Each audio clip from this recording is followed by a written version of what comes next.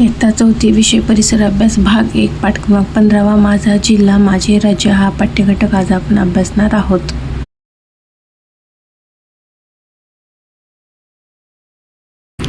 पाठ 15 माझा जिल्हा माझे राज्य.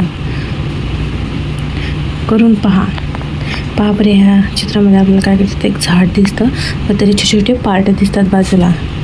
तुमच्या परिसरातील एखाद्या मोठ्या झाडाच्या खालील मुद्द्याच्या आधारे निरीक्षण करायचं आहे. तुम्ही शेजारी जे एखादं मोठं झाड असेल तर त्याचे निरीक्षण करायचं आहे खालील जे प्रश्न दिलेले आहेत त्याच्यानुसार.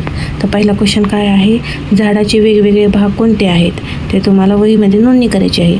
यातील कोणकोणत्या गोष्टी झाडाला बहुतांश वेळा दिसतात. झाडाचा सर्वात लहान भाग कोणता व तो कशाशी जोडलेला आहे. झाडाला अनेक लहान लहान फांद्या असतात, त्या कशाशी जोडलेल्या आहेत. झाडाच्या खोडाला मोठ्या फांद्या किती आहेत. या सर्व प्रश्नाचे निरीक्षण करायचं आहे व वहीमध्ये नोंदणी करायची आहे. झाड तयार होण्यासाठी पान, लहान फांद्या, मोठ्या फांद्या, खोड इत्यादी अनेक घटकांची आवश्यकता असते. आपले राज्यसुद्धा असेच आहे. लहान लहान वसाहत्या, गावे, तालुके व जिल्ह्याचे मिळून झालेले असते. ते पुढे पृष्ठावरील चित्राच्या मदतीने समजून घेऊया. माहीत आहे का तुम्हाला, माणूस शेती करायला लागला त्याची शेती पाण्याजवळ असते. तो शेतीजवळ वस्ती करून राहू लागला. अशा प्रकारे वाड्या वस्त्या तयार होतात आणि वाड्या वस्त्याचे पुढे गाव झाले व गावाचे पुढे होऊन शहर निर्माण झालेले असते. सांगा पाहू. हा आहे गडचिरोली जिल्हा. जो मोठा भाग दिसतो तो गडचिरोली जिल्ह्याला आहे. त्यातला एक तालुका आहे, तालुक्यामधील गाव आहे. म्हणजे सुरुवातीला गाव, नंतर त्याचा तालुका आणि ते संपूर्ण तालुके म्हणून एक जिल्हा बनत असतो. सोबत दिलेल्या चित्राद्वारे गाव, गावापासून तालुका, तालुक्यापासून जिल्हा व जिल्ह्यापासून राज्य असे तयार झालेले ते समजून घेऊया. हे पहा, हे आहे आपले महाराष्ट्र राज्य. वर दिलेले गाव, तालुका, जिल्हा व राज्य वेगवेगळ्या रंगाने रंगवायचं आहे तुम्हाला. नकाशाशी मैत्री. खाली आपल्या राज्याचा प्राकृतिक नकाशा दिलेला आहे. नकाशाचे काळजीपूर्वक निरीक्षण करा आणि प्रश्नाची उत्तरे वहीत नोंदवा. आपल्या राज्यात उत्तर दक्षिण परिसर पर्वत. आपल्या राज्यात दक्षिण उत्तर पसरलेल्या पर्वताचे नाव काय. या पर्वताच्या पश्चिमेकडील जमिनीच्या भागास काय नाव दिलेले आहे. हा भाग कोणत्या समुद्राशी जोडलेला आहे. समुद्रीय पर्वताच्या पूर्वेकडील भागाला काय म्हणतात. आपल्या राज्यात उत्तरेला असलेले पर्वताचे नाव काय आहे. आपल्या राज्यातील पूर्वेकडे व पश्चिमेकडे वाहणाऱ्या नद्या कोणत्या. वायव्याकडून आग्नेय दिशेकडे वाहणाऱ्या कोणत्याही 2 नद्यांची नावे लिहा. सह्याद्री पर्वतातून उगम पावणारी व अरबी समुद्रावर मिळणाऱ्या कोणत्याही 2 नद्यांची नावे लिहा. सह्याद्री पर्वतातून निघणाऱ्या व पूर्वेकडे पसरणाऱ्या डोंगररांगा शोधा, त्यांची नावे लिहा. नकाशातील महत्त्वाची धरणे कोणती. ही धरणे कोणकोणत्या नद्यावर आहेत. सह्याद्री पर्वतातील घाटाचे नाव लिहा. असे विविध 12 प्रश्न दिलेले आहेत.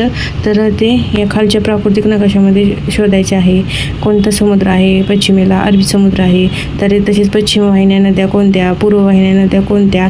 ह्या सर्व यावरील प्रश्नाची उत्तरे खालील या आपल्या महाराष्ट्राच्या प्राकृतिक राज्यामध्ये दिलेले आहेत. तर वरील प्रश्न पाहून या खालील प्रश्नाची उत्तरे तुम्ही वहीमध्ये नोंदवू शकतात. माहीत आहे का तुम्हाला, मुंबई ही महाराष्ट्राची राजधानी आहे, तर नागपूर ही उपराजधानी आहे. प्राकृतिक रचनेवरून महाराष्ट्राचे 3 प्रमुख विभाग पडतात. किनारपट्टीचा प्रदेश, पर्वतीय प्रदेश व पठारी प्रदेश असे प्राकृतिक रचनेवरून महाराष्ट्रात 3 प्रमुख विभाग पडतात. गोदावरी ही महाराष्ट्रातील सर्वात लांब नदी आहे. 4 नंबर, महाराष्ट्राच्या उत्तर भागात सातपुडा पर्वतरांगा आहे. म्हणजे उत्तर भागात काय आहे, म्हणजे वरच्या साईडला सातपुडा पर्वतरांग आहे. या पर्वतरांगातील अस्तंभा हे सर्वात उंच शिखर आहे. सह्याद्री पर्वतरांगास पश्चिम घाट असेही म्हणतात. म्हणजे सह्याद्री पर्वतरांग जे आहे त्याला पश्चिम घाट असेही म्हणतात. या पर्वतरांगेतील कळसुबाई हे महाराष्ट्रातील सर्वात उंच शिखर आहे. कोणतं सर्वात उंच शिखर आहे, कळसुबाई. व राज्याच्या पश्चिमेस अरबी समुद्र आहे. समजलं, ही खूप महत्त्वाची माहिती आहे. सांगा पाहू. आता हे महाराष्ट्राचं जे राज्य आहे ते वार्षिक पर्जन्याचा हा नकाशा दिलेला आहे. जास्त पावसाचा प्रदेश, मध्यम पावसाचा प्रदेश व कमी पावसाचा प्रदेश यामध्ये दाखवलेला आहे. जो सर्वात फेंट ब्ल्यू कलर आहे तो कमी पावसाचा प्रदेश आहे. म्हणजे अहमदनगर हा भाग येतो. सर्वात जास्त पाऊस कुठे पडतो, कोकण भाग, ठाणे, रायगड, रत्नागिरी, सिंधुदुर्ग, कोल्हापूरचा काही भाग, नाशिकचा काही भाग, पुण्याचा काही भाग, सातारचा काही भाग. त्या मध्यमाच्या मध्ये कोणता पडतो, पहा बरं, मध्यममध्ये जास्त आहे. हे आपला पठारी प्रदेशाचा जो भाग आहे तो मध्यम प्रकारचा पाऊस पडतो. वरील नकाशात आपल्या राज्यातील जास्त, मध्यम, कमी पावसाचे प्रदेश दाखवलेले आहेत. पावसाचा जास्त शेतीवर परिणाम होतो. पुढील पृष्ठभागावर एक तक्ता दिला आहे. त्यात जास्त, मध्यम व कमी पावसाच्या प्रदेशातील पिके दिलेली आहेत. नकाशा व तक्त्याच्या आधारे पुढील कृती करा. मागील पृष्ठभागावरील पर्जन्याचा नकाशा व खालील दिलेल्या पिकाचा तक्ता पहा. त्यावरून कोणती पिके महाराष्ट्रात पृष्ठभागावरील पर्जन्याचा नकाशा व खालील दिलेल्या नकाशाचा तक्ता पहा. त्यावरून कोणती पिके महाराष्ट्राच्या कोणत्या भागात घेतली हे शोधा. खाली नकाशा दिला आहे, त्यात सूची दिलेली आहे. त्यातील खुणाचा वापर करून या नकाशात पावसानुसार पिकाचे वितरण दाखवा. पावसाचे प्रदेश व मुख्य पिके: जास्त, मध्यम व कमी. जास्तमध्ये भात, धान आणि भात त्यालाच आपण धान पण म्हणतो. मध्यममध्ये गहू, तूर, सोयाबीन. कमीमध्ये ज्वारी, बाजरी आणि मटकी. हा नकाशा दिलेला आहे. यानुसार आपल्याला कोणत्या ह्याच्यामध्ये कोणते पीक घेतले जाते ते दाखवायचे आहे. शेतीतील पिकाचे उत्पादन हे हवामान, मृदा व पाण्याच्या उपलब्धतेवर अवलंबून असते. महाराष्ट्रात वेगवेगळ्या प्रदेशात कमी जास्त पाऊस पडतो, त्यामुळे पिकाच्या बाबतीत विविधता आढळते. शेती हा महाराष्ट्रातील प्रमुख व्यवसाय आहे. बघा, हे पण अंडरलाईन करा. शेती हा महाराष्ट्रातील प्रमुख व्यवसाय आहे. राज्यातील बहुतांश शेती पावसाच्या पाण्यावर अवलंबून आहे. ती जिरायती शेती होय. म्हणजे त्यालाच काय म्हणतो, पावसाच्या पाण्यावर अवलंबून असणारी शेती म्हणजेच काय, जिरायती शेती. काही ठिकाणी जलसिंचनाद्वारे पाणी पुरवठा करून शेती केली जाते, तिला बागायती शेती असे म्हणतात. म्हणजे जलसिंचनाद्वारे पाणी पुरवठा करणाऱ्या शेतीला काय म्हणतो आपण, बागायती शेती. व पावसाच्या पाण्यावर केलेली शेती कोणती असते, जिरायती शेती. पावसाळ्यात होणाऱ्या शेतीचा हंगाम हा खरीप हंगाम असतो. म्हणजे पावसाळ्यामध्ये कोणता हंगाम असतो, खरीप असतो. व हिवाळ्यात होणाऱ्या शेतीचा हंगाम कोणता असतो, रब्बी असतो. हिवाळ्यातला कोणता असतो, रब्बी. आणि पावसाळ्यातला कोणता असतो, खरीप. हे आपण लक्षात ठेवला पाहिजे. सांगा पाहून नक्षाचे निरीक्षण करा व पुढील कृती करा. आता हे आहे पिकं दिसत आहेत आपल्याला. प्रमुख फळे व व्यापारी पिके. हे आपल्याला याचं स्क्रीनशॉट काढून तुम्ही खाली प्रश्नाची उत्तरे देऊ शकतो. द्राक्षाचे पिके दर्शवणारे जिल्हे अधोरेखित करा. म्हणजे आता ह्याच्यावर आपल्याला अधोरेखित करायचं आहे. आता इथं फळ आणि त्याचे चिन्ह दिलेले आहेत. कोणत्या जिल्ह्यात कोणते फळ आहेत ते आपल्याला अधोरेखित करायचे आहेत. हे काही प्रश्न दिलेले आहेत, ते आपण अधोरेखित करू शकतो. वरील सर्व पिके हे जलसिंचनावर आधारित आहेत. हवामान व मृदेनुसार त्याचे वितरण आढळते. त्यांना व्यापारी किंवा नगदी पिके असेही म्हटलं जातं. या पिकांसाठी रासायनिक खते व औषधे वापरली जातात. हे नेहमी लक्षात ठेवा. पिकांचे उत्पादन अधिक मिळावे म्हणून रासायनिक खताचा व औषधाचा वापर वाढला आहे, परंतु यामुळे मृदेचे प्रदूषण वाढत आहे. आपण रासायनिक खताचा वापर कमीत कमी करायला हवा. सेंद्रिय खताचा वापर अधिक केला पाहिजे. त्यामुळे पर्यावरणाची हानी रोखता येईल. हे नेहमी आपण लक्षात ठेवले पाहिजे. करून पहा बरं. एखाद्या शेतीला किंवा मळ्याला भेट द्या. तेथे वेगवेगळ्या हंगामात घेतली जाणारी पिकांची यादी तयार करा. शेतीमध्ये जलसिंचनाच्या कोणकोणत्या सुविधा आहेत यावर शेतकऱ्यांची चर्चा करा. शेतीवर कोणकोणत्या बाबीचा परिणाम होतो ते जाणून घ्या. तुमच्या असे लक्षात येईल की एका शेतात अनेक प्रकारची पिके घेतली जातात. शेतीसाठी पाण्याची उपलब्धता आवश्यक आहे. जरा डोके लावा. आपल्या राज्याचे प्रशासकीय विभाग खाली दिलेले आहेत. त्याचे निरीक्षण करून राज्याच्या नकाशामध्ये हे विभाग वेगवेगळ्या रंगाने रंगवा. हे काही भाग दिलेले आहेत आपल्या जिल्ह्याचे किंवा विभाग दिलेले आहेत. हे 5. तर शिक्षकांसाठी काही प्रशासकीय विभाग संकल्पना शिकवणे अपेक्षित नाही.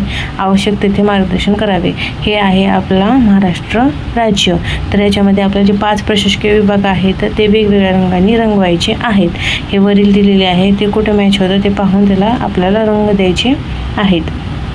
पुढे जाऊया. भाषा व भाषाची बोली. महाराष्ट्र राज्याची निर्मिती 1 मे 1960 रोजी झालेली आहे.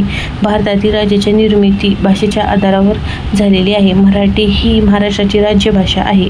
भाषेच्या बाबतीत आपल्या राज्यात साम्य तसेच विविधता दिसते. वेगवेगळ्या प्रदेशात मराठी भाषेच्या उच्चारामध्ये बदल जाणवतो. त्यामुळे राज्यात बोली भाषेच्या बाबतीत विविधता आढळून येते. या विविधतेचा आपण आनंद स्वीकार केला पाहिजे. विविध प्रदेश. मराठीच्या काही बोली भाषा. आता कोकणमध्ये कोकणी मालवणी आहे. विदर्भामध्ये वराडी आहे. खानदेशामध्ये अहिराणी आहे, म्हणजे खानदेशी भाषा बोलली जाते. ही त्यांची बोलीभाषा आहे. तसेच गोरमठी, कोलामी, कोरकू इत्यादी महाराष्ट्रातील आदिवासी जमातीच्या पारंपरिक भाषा बोललेल्या आहेत. सांगा पाहू. आता पहा बरे. इथं आपल्याला चित्रात बघितलं तर आपल्याला काय दिसतं की इथं सण साजरा केलेल्या दिसत आहेत.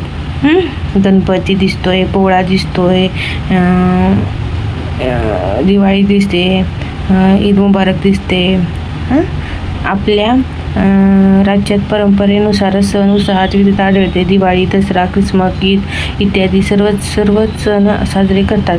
कोकणात नारळ पौर्णिमा, होळी, गणेशोत्सव हे सण प्रामुख्याने साजरे होतात. तर पठारी प्रदेशात दसरा, दिवाळी, बैलपोळा इत्यादी सण मोठ्या प्रमाणात साजरे केले जातात. 15 ऑगस्ट व 26 जानेवारी हे 2 राष्ट्रीय सण देशभर उत्साहात साजरे केले जातात. म्हणजे आपला राष्ट्रीय सण कोणता आहे? 15 ऑगस्ट आणि 26 जानेवारी. काय करावे बरे? सुधीर आणि स्वप्नील तुमच्या गावी आले आहे. तुमच्या जिल्ह्यातील प्रसिद्ध असलेला खाद्यपदार्थ त्यांना न्यायचा आहे. कोणत्या खाद्यपदार्थ तुम्हाला त्यांना सोबत द्याल सांगा बरे. हे तुम्ही स्वतः करायचं आहे. जरा डोके चालवा. गाव, तालुका, जिल्हा, राज्य व देश हे सर्व मानवनिर्मित आहेत की नैसर्गिक आहेत ते शोधा. आपण या पाठात काय शिकलो? आपल्या राज्याच्या प्राकृतिक रचना किती आहेत? 3 आहेत. हवामान, मृदा व पाण्याच्या उपलब्धतेनुसार पिकांमधील विविधता हे पाहिलेलं आहे. महाराष्ट्र हे मराठी राज्यभाषा व मराठी भाषेची बोलीभाषा व सण उत्सवातील विविधता हे एवढे पॉईंट आपण या पाठामध्ये पाहिलेलो आहोत. तरी व्हिडिओ कसा वाटला तर लाईक करा, शेअर करा, कमेंट करा.